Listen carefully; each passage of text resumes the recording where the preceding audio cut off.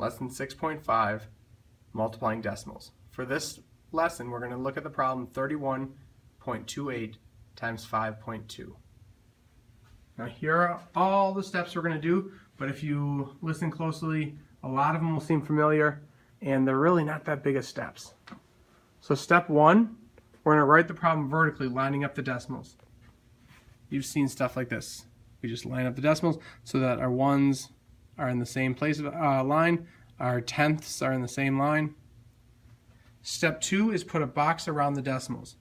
Now, that might be a little bit confusing, but let me explain why.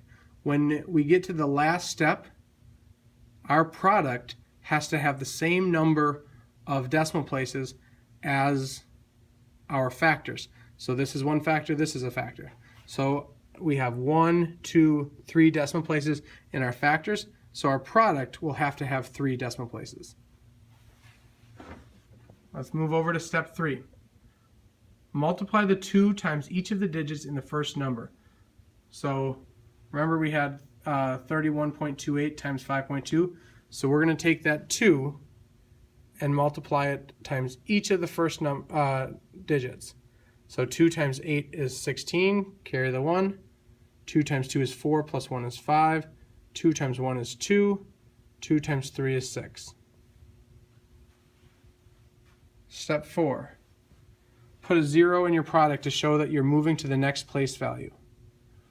What we do is, remember this is now 52, and so this 5 isn't just 5. This 5 is 50, and so I'm going to have to put a 0 right here to show that I'm not working in the ones column anymore. I've moved on to the tens. So I use that 0 as like a placeholder. So now when I do my next step, I'm going to start with my product right here. So let's move to step 5.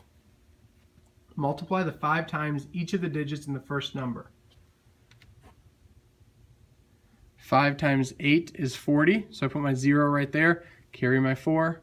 5 times 2 is 10, plus 4 is 14, so I put my 4 down here, carry the 1. 5 times 1 is 5, plus 1 is 6. 5 plus 3 is 15. And now step 6, add the 2 numbers together and put the decimal points so they are the same number of decimals as in your factors. I think you guys all understand the first part, adding the 2 numbers together. So I add those together and I get this answer of 162,656.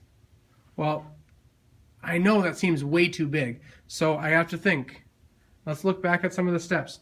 Oh yeah, right here. When I went to this step, I said if there are 3 decimals in the factors, there needs to be 3 decimals in my product. So I count over 1, 2, 3, and I'm going to put a decimal point right here. And so my real answer is 162.656. Now let's check our work. If we have 31.28, that's about 30, and 5.2 is about 5. So if I have 30 times 5, my answer is going to be around 150. 162 is pretty close to 150, so I know that my answer is right. If you have any questions, please make sure you join a small group, and I'll see you tomorrow.